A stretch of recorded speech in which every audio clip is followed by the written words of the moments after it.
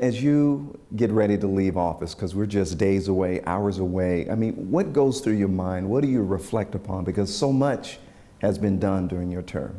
I just think you keep working hard. I mean, we were just together at the launch of the creative industries grants for people in the motion picture and television business. And my idea is just to work right up through the finish line, last day, last hour, last minute, and then turn over a city that's in the best financial shape that it's been in 40 years to a woman who I know is going to do a fantastic job, Keisha Lance Bottoms, our 60th mayor, the mayor-elect. What are the 5 things, because you named a lot of stuff when you're up here on the podium, but if you can name 5 things that you're most proud of, what would they be? Opening every single recreation center in the city of Atlanta after 2/3 of them were closed. Right now, on any given day, we provide care of some kind to more than 2,000 young people in the city of Atlanta 6 days a week. We provide 65,000 hot meals to young people who didn't have them before we started our Centers of Hope initiative. And then, of course, passing pension reform and stabilizing the pension accounts of thousands of retirees and really building the city's cash reserves to more than $200 million. Having a AA+ credit from Standard & Poor's, Moody's, and Fitch, and having no layoffs or furloughs during my time as mayor during the worst economy in 80 years. Yeah, that's right. I mean, me being from California, I used to see a lot of those state workers, city workers, just regular folks at jobs. They had furloughs. You know, we were hit pretty hard over there. Absolutely. Huge economic crisis on the West Coast. And so you guys were able to weather that storm. How? We weathered it because we took on pension reform. Our pension costs were absorbing about 18% of all of the cash that was coming in the door. We got that number down to about under 14%. We saved the pensions of retirees, and we honored all of our commitments, but we also freed up about $270 million in cash, which allowed us to hire more than 900 police officers and reduce crime by 32% since January 4, 2010. 32%. So, which you don't know about me, but I'm a former police officer out of Oakland. This was way back when, though. And it was always a challenge in any urban communities. I don't care if it's Oakland, Atlanta, Chicago, Detroit. So how were you able to do that? We took the savings and we invested them in police officers. We provided our police officers the first step increase that they had received in 10 years. We hired 900 of them. We hit 2,000 officers, which was the biggest force in the city's history. We're now down to around 1,850 because the economy has tightened. But the bottom line is that every single year that I have been mayor, with the exception of 1 year, our murder rate was less than 100 people murdered in the city of Atlanta. And so when I think and reflect on all of these things, doing all of that in the worst recession in 80 years, in the worst economy in 80 years, really is one of the things I'm most grateful to my team for helping us accomplish. So I'm going to throw out 3 phrases. Yes. All right, so give me the good, the bad, and the ugly. However you want to do it. Give me the Kasim Reed answer, maybe not Mayor Reed answer, but I'm going to throw out 3 phrases, okay? All right. So here we go. Okay. Snowmageddon. Snowmageddon.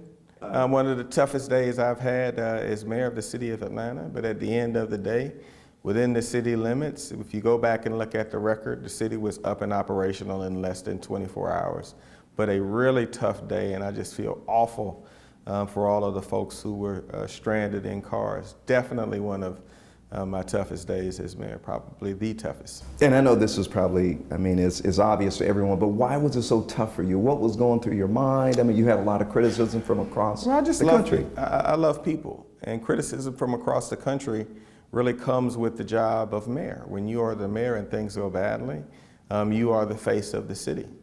But I was also the face of the city when we won the college football championship, won the Super Bowl, won the NCAA Final Four, won the MLS soccer game, won the funds to deepen the port of Savannah along with Governor Deal. I've had other days too. But Snowmageddon was certainly probably one of the 2 toughest days I've had in this job. 2 toughest days. Yeah. Name number 2. I don't know, I'd have to think about it. Well, but I generally give myself some room. Give yourself some, all right, let me throw another one out there. Yes. Interstate 85 collapse. Tough day, another one, a bridge collapse that really hemorrhaged an artery that handles about 250,000 cars a year. It's a tough day, but the bottom line is that we had no loss of life. And our firefighters and police officers were held up as a national model for how you respond to an incident like that. And then we were able to get the bridge open in record time to get the city back moving again. When you are mayor of a city, there are things that will happen that you have absolutely no control over, but you have to respond. I thought that our response to the I-85 bridge collapse was all things considered very favorable, and is going to be held up this year as a model response. Yeah, that was amazing, because I was just new to the area, Yeah. but now I know how to get around to places I never knew I know how to get around to, Yeah, after I know. trying to look at the silver lining there. Yes. This one may be a little too soon, but the blackout or the power outage. I mean, the blackout is we had a catastrophic fire. Georgia Power runs our 2 substations, and we had a catastrophic fire that knocked out the trigger switch that would have activated the second redundant system. Once again, we had no injuries. We had our firefighters go in and really perform in a courageous fashion in tunnels that literally are dangerous and life-threatening, assess that fire, put it out, and we had the airport up and operational by 11 p.m. that night. Once again, an instance that in 16 years has never occurred, but when you are a mayor, these things happen. You take them on, you push through them, and we secured and protected 35,000 people that night. We served 5,000 meals. We rallied the city of Atlanta with the help of folks like Dan, Kathy, and Chick-fil-A, and we had our airport up and running by the next day. And so these are the kind of shocks and stresses that you have to deal with. They are not things that you would like to deal with, but I don't control Georgia Power's substations. And the fire occurred in a Georgia Power substation. We are a customer of Georgia Power. And we did have redundancy. The switch that would have activated the backup system was damaged because the heat from the fire was so intense that it reached them. And so we're looking at ways to make sure that that never happens again. We're considering encasing the switching mechanisms in concrete, really to block them from the kind of heat that caused the trigger to fail to activate the backup system. But I want your viewers to know that it's not that Georgia Power didn't have a backup system. It's that the backup system was hampered by the switching device because of the catastrophic fire. Okay, all right. And that is a little too soon to talk about. Nothing's too soon. It's nothing too soon? This is my final interview. We won't be together again, so whatever you want to talk about. Maybe, you never know. During your term, what got you fired up every day? What was the thing that stoked you to I'm going to work? Wanted this job since I was 13 years old. I love this job sitting here in this chair right now. I'm excited. It's the reason that I'm still at work, pushing votes, making sure that we do new things, making new announcements up until the last minute that I'm mayor. I met Ambassador Andrew Young when I was 13. And so I don't need any motivation. The motivation for me is the gift of service. And I have loved all of being mayor, the good days and the other days. I have never regretted my decision to be the leader of the city of Atlanta. I got what I wanted. So the same way that folks dream about being a basketball player or an author or an actor or a physician, this is what I dreamed about since I was 13 years old. And so I think that comes through in my passion for the city. I love Atlanta, and I love the people in it. So this is basically, would it be safe to say, since you were 13 years old, that this is your calling? Yeah, absolutely. I definitely consider public service my calling. And because I had terrific mentors like Willie Brown, terrific mentors like Ambassador Andrew Young, I was able to achieve my objective by the time I turned 40 and become the second youngest mayor in the history of this city. Okay, so as you know, politics can be really nasty. I've never been in that arena. I've just observed it, like a fishbowl, Yeah, but you just cover it. Just cover it, right?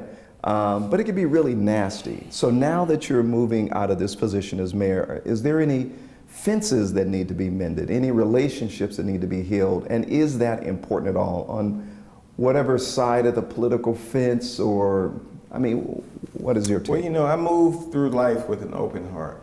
So I don't close my heart to mending fences or strengthening the fabric of the city in any way. So I'm always open. But right now, my focus is my family and taking some time to get a little bit of rest and to get re-energized for the next phase of my life. Okay, which is the perfect segue. Yeah. So what's next after mayor? I mean, obviously you love serving the public. I mean, you've said that. You can see it there on the podium. Yeah. What's next? State office? No, what's next for me is to get out of town and make sure that the mayor-elect has time and space to be the center of action, and really to make sure that she is off to a terrific start. We worked on the budget on yesterday. She will assume office with a balanced budget, $200 million in reserves, and off to a terrific start to pursue her own agenda. I believe it's very important for me to step aside and to go and get some rest and to leave the city in the hands of this marvelously capable woman who's going to be leading it. The only thing I'm going to do right now is get some rest and tend to some things that I wasn't able to tend to in the past, like dropping my daughter off at school myself, driving her to school myself, doing all of these things that she likes to do, taking her to dance class myself, as opposed to having others, my wife carry that weight and others carry that weight, my mom and her grandparents, and I just want normalcy. So that's what I'm most excited about. Okay, but you know, I've spoken with folks like you, men, women, and who are on fire. They're public servants. I've had a chance to meet Elihu Harris, you know, back in the day when I was a public information officer. Yes. And it just seems like there's this fire that cannot be quenched, and that they're always looking beyond where they are now. So what's the next step? I mean, I don't feel like it. I mean, I had a fire that couldn't be quenched, but then I got it. So I caught up with the car, so to speak. I got the job that I wanted, and I really feel at peace. I got the election result that I wanted. I wanted Keisha Lance Bottoms to succeed me. I've wanted that for 2 years. And so as I leave, it's just a real sense of calm and joy as I exit. I'm not going to be looking over my shoulder. You know, I've said all of the time, when I was in high school, I always used to hate when the seniors would graduate and then you come out and you see the people with their varsity jackets on still sitting in the parking lot. I think that when it's over, and you ought to go on and be excited about what is next. And that's the way that I intend to lead. It's going to be pretty boring for a while, because I've been doing this job. We counted it up. I mean, I've done 3,000 speeches. I've done more than 4,000 events. I've been at this job 2,860 or so days. And so I'm going to take an extended vacation. I'm going to do very plain and boring stuff. I'm going to write. I'm going to think.